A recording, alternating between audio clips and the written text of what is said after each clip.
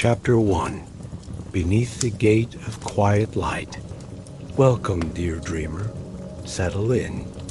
Let your breath grow soft, and your body sink deeper into stillness. Let the quiet around you deepen, and allow your thoughts to drift like leaves on water. Somewhere between sleep and memory, a gate waits. It is not marked on any map, nor guarded by walls. It exists only for those who walk slowly enough to hear its song. Elara did not know why she had come, only that something gentle and persistent had whispered her name the night before, calling her toward this place. And so, with the morning sun just beginning to stretch across the hills, she arrived at the edge of a forgotten valley. The air shimmered with a hush that wasn't silence, but something richer, like the pause in a lullaby just before the next note. Beneath her boots, the moss yielded without complaint, soft and springy, leaving no trace of her path. Ferns unfurled lazily in the golden light.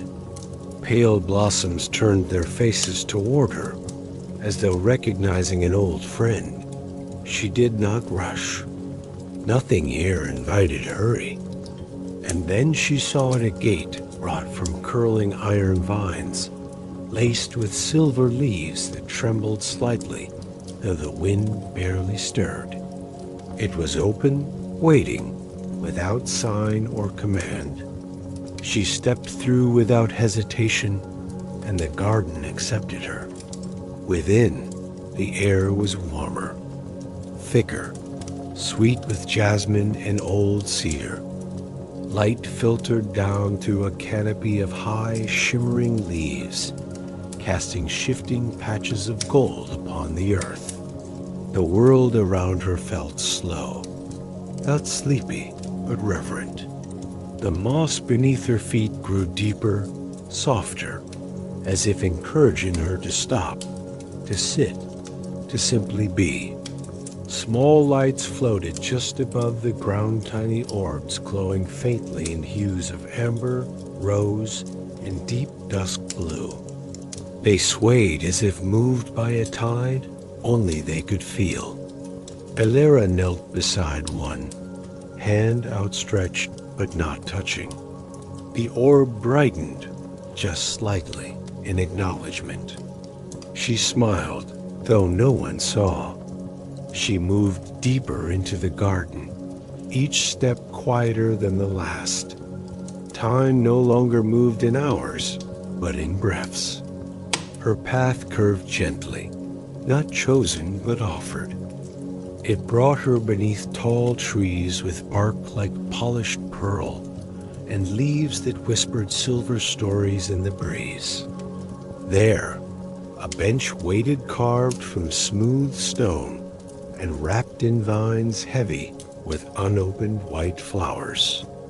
She sat without thinking, letting the hush wrap around her like a shawl. Her thoughts slowed, her body softened. Overhead, some of the floating lights rose, caught in the upper branches like stars resting before nightfall. And in the stillness, a memory not her own drifted gently across her mind. A song sung by a woman long ago, the laughter of a child pressing wildflowers between the pages of a book. The garden did not speak in voices, but in echoes, in fragments, in the space between heartbeats. She followed another path, now marked by soft ivory petals strewn gently across the moss. It led her to a stone table, worn and low, where books lay open. Their pages fluttered, though the air was still. As she approached, words began to form delicate ink, curling across blank parchment. Not a story, but a memory, unfolding slowly, like steam rising from a cup of tea. A man waiting in stillness for a name he could no longer recall. A child asleep beneath a willow, dreaming of stars. She turned a page, then another. Each revealed something not hers, but offered freely. She touched the velvet covers, not to understand, but to remember. When night arrived, it did so gently.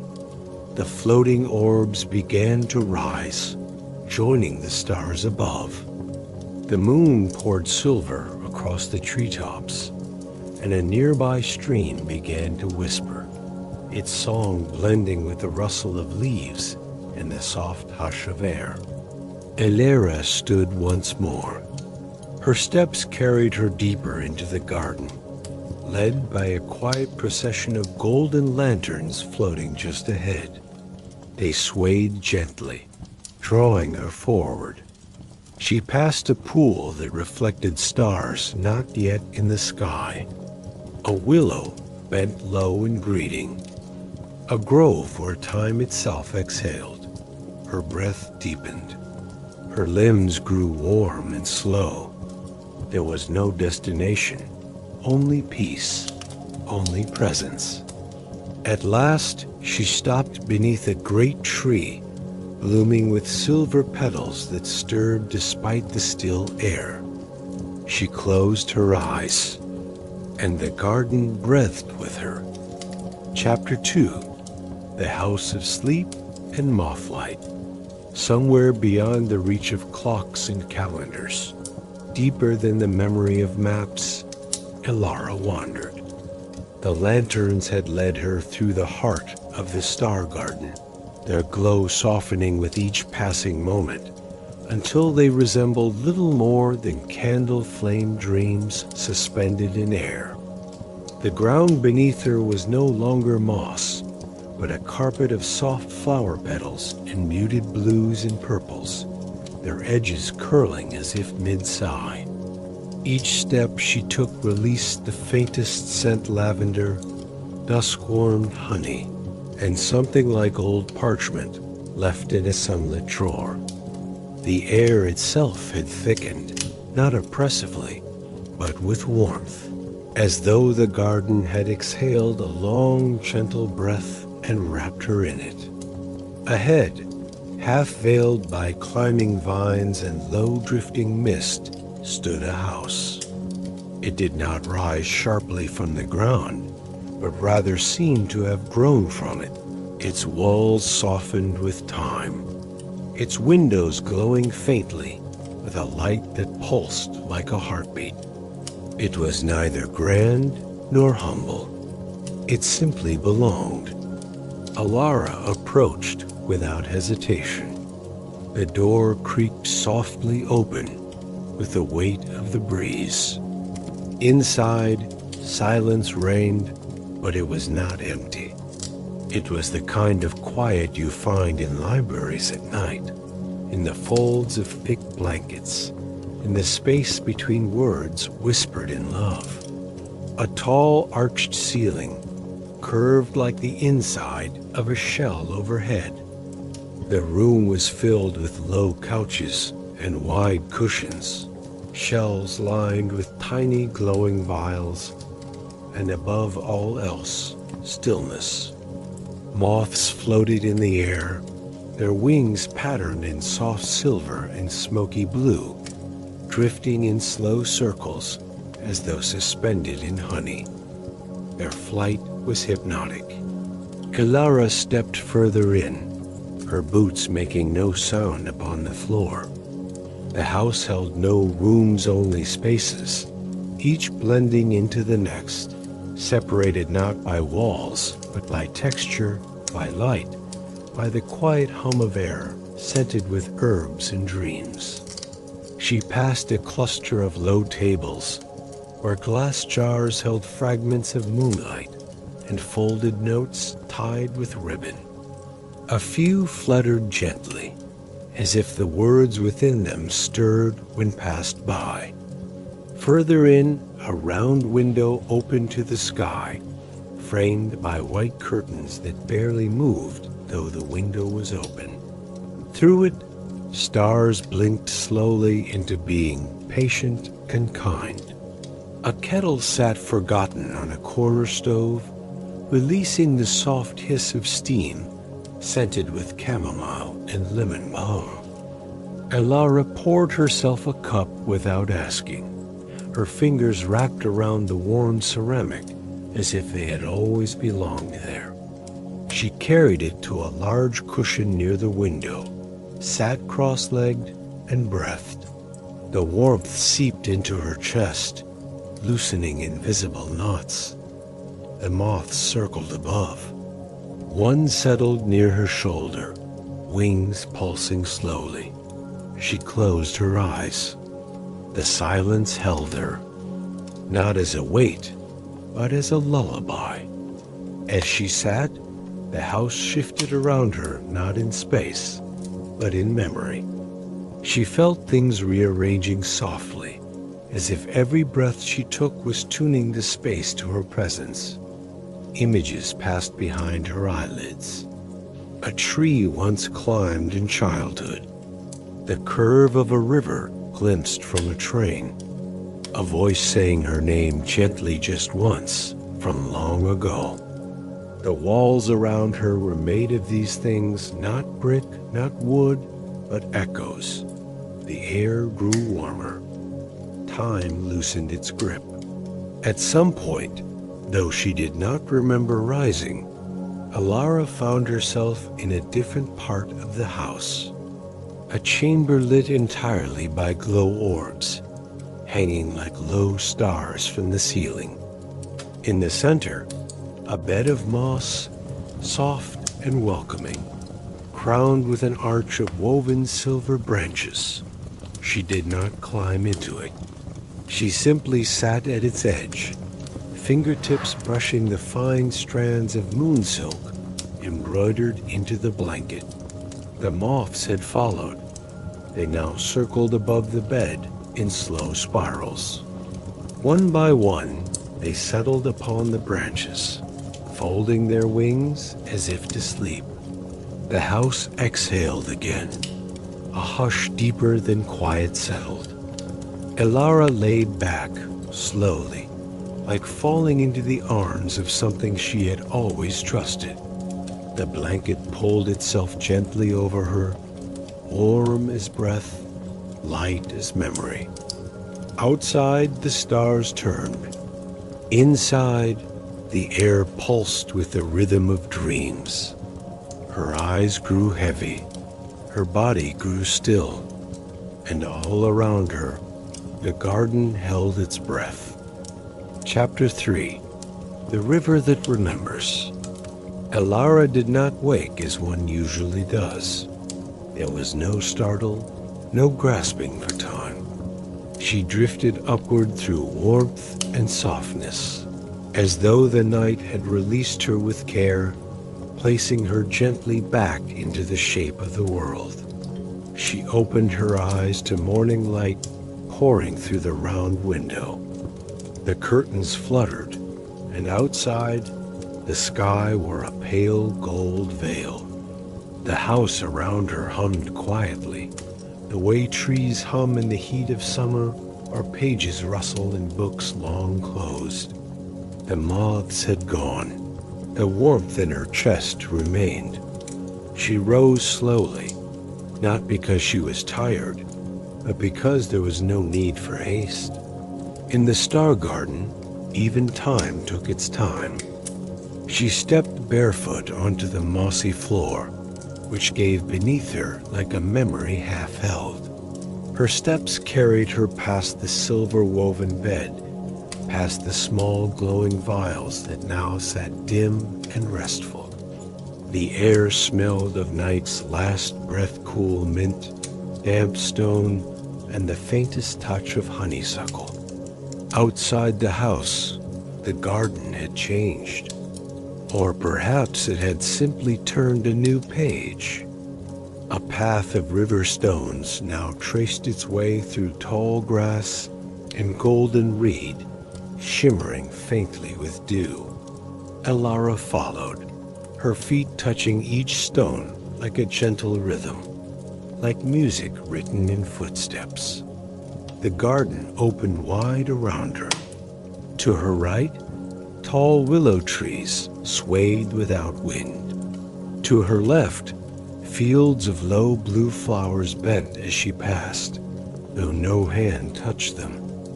And ahead, she heard the sound faint and fluid, like silver threads being pulled across silk. The river.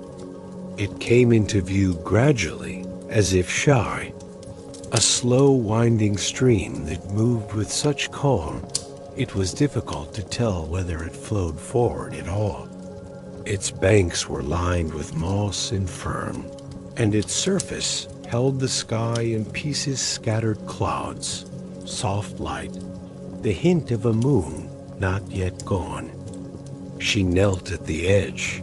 The water was impossibly clear.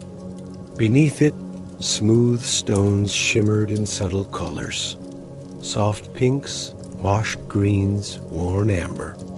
Tiny fish drifted like thoughts too quiet to speak, and then she noticed them ripples in the water that seemed to move against the current, forming not rings, but patterns. Words, not written, but remembered. They came not to her eyes, but to her heart. Names, places, the scent of warm bread, the sound of distant laughter on a summer evening, the feeling of her hand in another's, once, long ago, beneath a sky filled with snow. She leaned closer. The river pulsed, and slowly it began to sing not with voice, but with memory. Not her own, not entirely. It sang of old journeys, of stories once lived and long folded away, of travelers who had knelt as she had, seeking nothing and receiving everything. She dipped her fingers in. The water was cool and sweet. The moment it touched her skin, she felt something soften deep inside her. Not break, simply release. She sat for a long time beside that river, her feet in the current, her gaze far off, not searching. The world turned slowly. The clouds passed gently, and when she finally stood, she felt lighter, not as though something had been taken, but as though something had been laid down. The path continued along the riverbank, curving softly through groves of tall, whispering trees. She followed it, not needing to know where it led. The garden was her guide now, and it did not require direction, just trust. At one point, the river widened. A wooden bridge arched delicately across it, covered in soft moss and lit by hanging globes of pale morning light. Elara stepped onto it. The wood held her gently. Beneath, the river sang, not loudly, not insistently, just enough. And as she reached the center of the bridge, she paused. There was no breeze, no movement, and yet she felt surrounded by presence. The garden watched, not with eyes, but with awareness. It held space for her, space to breathe, to feel, to simply exist. She closed her eyes. In that moment, time slowed so fully that it nearly stopped. The water below, the air around, her breath, they all flowed together. One single endless stillness. And then gently, her eyes opened. Ahead, beyond the bridge, the path began to rise. Chapter 4. The hill where the moon sleeps. The path rose gently, barely lifting, as if it hesitated to disturb the earth beneath it. Elara followed, her footsteps soundless on the cushion of old moss and soft clay. The trees slowly gave way to open air, and the sky stretched wider above her, painted in faded tones of morning gold and lingering twilight blue. She felt no fatigue, only a hush within her, a stillness that matched the rhythm of the path. As she climbed, the river disappeared behind her, its song becoming a memory that hummed faintly in her chest. In its place came a new sound, the low, distant murmur of wind weaving through tall grass, a kind of soft music without melody, without end. She reached the crest of the hill just as a veil of cloud passed over the sun, casting a pale silver light over the garden's open crown. There, at the top, stood a circle of ancient stones tall, weathered, and half covered in lichen, the color of moonlight. Between them, patches of wild thyme and soft white clover grew without order, as if the earth had planted them with closed eyes and a loving hand. Elara stepped between the stones. At the center of the circle lay a shallow basin carved into the rock. It was filled with clear water, perfectly still, reflecting the sky so precisely that for a moment she wondered if she looked down or up. She knelt before it. The air here was different, thinner, but not colder, like the silence between notes of a lullaby. Her reflection did not stare back at her. Instead, she saw shifting images' petals falling in slow motion. A candle flickering in a window, a hand letting go of another not out of sadness, but because the time was right. The garden did not speak in words, but in knowing. And this place, this hill, was its memory. She lay down in the soft grass beside the sound basin, the tips of her fingers brushing the clover. Above her, the sky held a pale moon, barely visible in daylight. It hung low and slow, like it, too, was resting. The wind moved gently over her, a long exhale from distant valleys, carrying the scent of wild rosemary and warm leaves. Birds did not sing here. Instead, silence bloomed. It stretched outward like a soft tide, wrapping the stone circle, the grass, her limbs, her thoughts. Her breath slowed again, deeper this time. Each inhale felt older, each exhale simpler. The warmth of the earth beneath her rose through her spine and spread into her shoulders, her arms, her hands. She closed her eyes. The moon, though faint, cast a silver glow across her face. A moth passed overhead, its wings catching the light, tracing a spiral before vanishing into the haze. In the distance, a chime rang once, not loud, not near, just enough to say, "You are safe here." The garden seemed to breathe with her now, in and out, in and out. The clouds shifted above, and in their slow movement, she saw shapes, wings, leaves, feathers, open palms. Not visions, not signs, just gentle invitations to rest. She let her thoughts dissolve, not drift, not wander. Simply dissolve like ink in water until only color remained. And that color was soft, and that softness was sleep. Time no longer moved. The hill held her as if she belonged to it, and perhaps she did. Somewhere below, the river flowed. Somewhere behind, the house of sleep waited.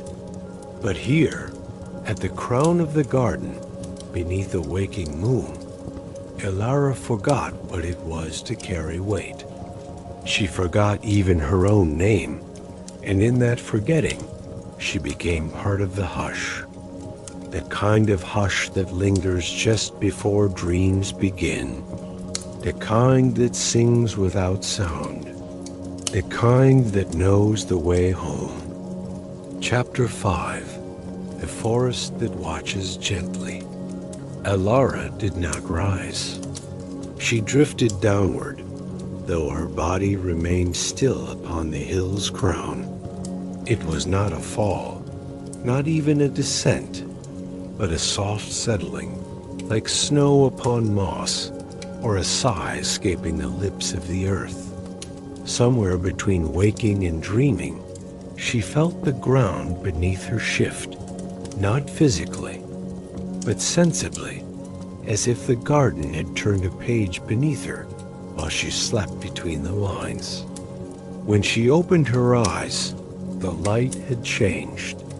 The silver gleam of morning had faded into a warm amber dusk. The stone circles still stood around her, but the sky above was deeper, fuller, laced with the first traces of twilight stars. The garden never hurried the day.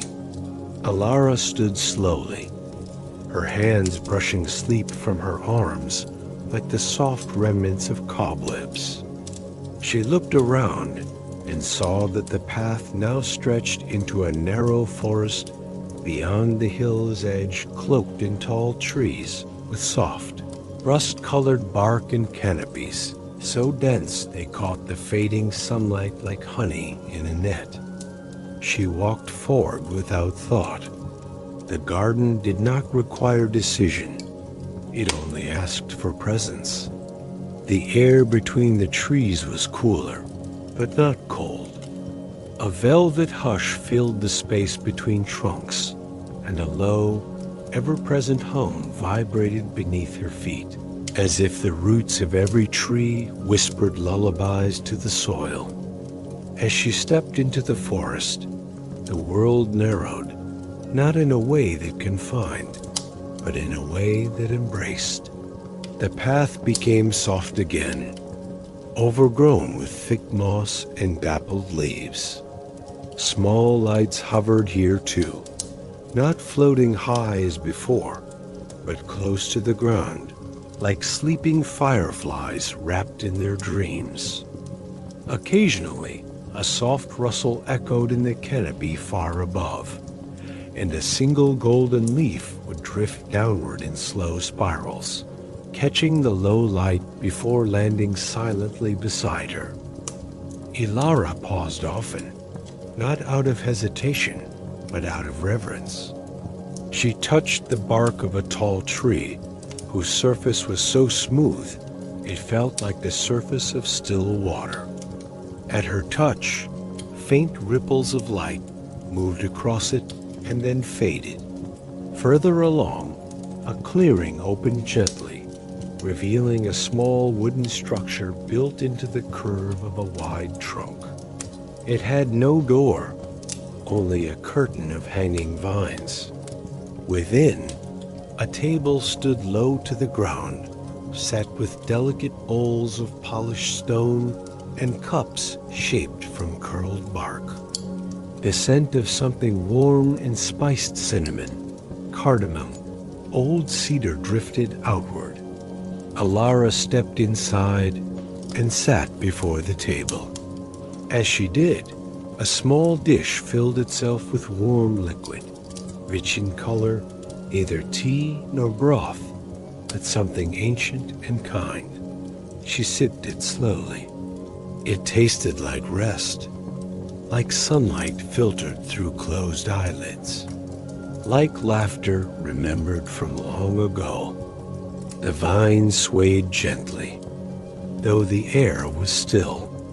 Outside, the lights near the forest floor began to pulse in steady rhythm, not unlike a heartbeat slowed by comfort. She finished the drink and remained seated. The walls of the shelter curved inward, as if to cradle her, and somewhere high above, an owl called once low, steady, not to startle, but to acknowledge. The forest watched, not in judgment, not in curiosity, just gently, as if it knew her, not by name, but by presence. She lay down on a bed of layered ferns at the back of the space, where a soft blanket of woven root fiber curled naturally against her shoulders. Her breath deepened. She watched the faint glow of the forest lights through the curtain of vines, blinking slowly, fading gently. Her limbs grew heavy again, but not from weariness, from welcome. The forest did not sing her to sleep. It simply waited quietly until she let go once more. And when she did, it held her, as it had held countless others before her, without question, without need, only hush. Chapter 6. The Return Beneath Dreamlight.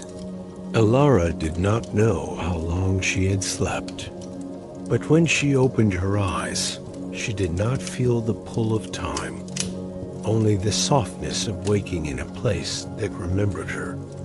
The forest around her remained still. The golden lights that had flickered at dusk now glowed a gentle silver, like stars come to rest upon the earth.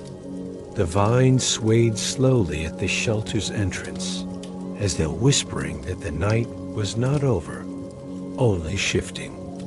She rose without speaking, the woven blanket falling soundlessly beside the bed of ferns. Her body moved with the rhythm of dreams now, slow and fluid, each step lighter than the last. As she stepped outside, she noticed the light had changed again. The sky above was now neither day nor night, but something in between a twilight stretched thin across the heavens, lit by stars that pulsed like quiet thoughts and clouds that drifted like memories. The path had returned.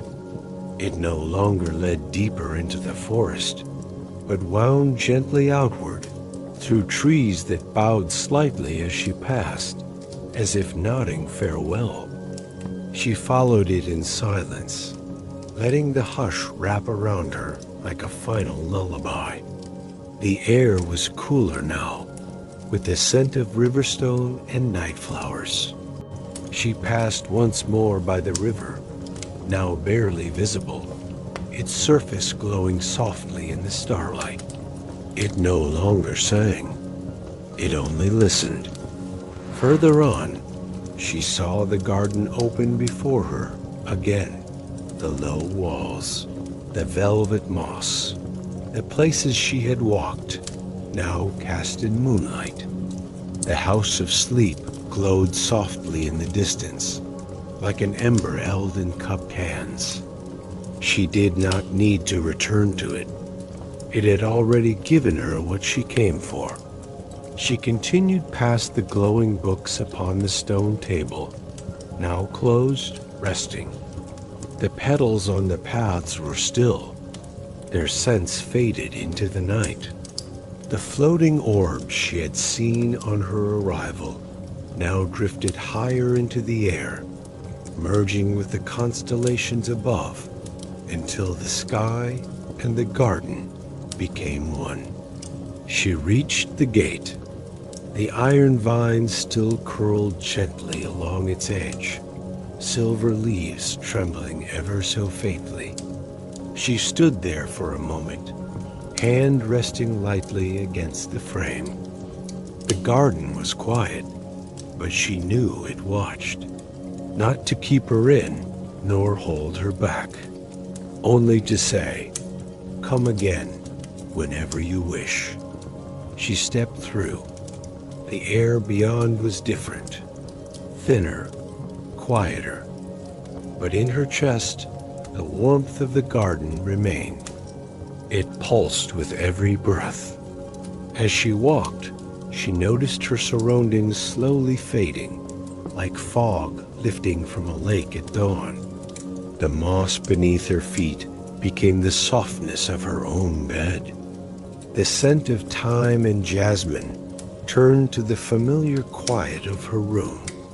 And then, there she was tucked beneath her blanket, her head resting on her pillow, the moonlight painting silver patterns across the wall. For a moment, she did not move. The hush of the star garden still lingered in her breath. She turned slightly, curling deeper into her covers.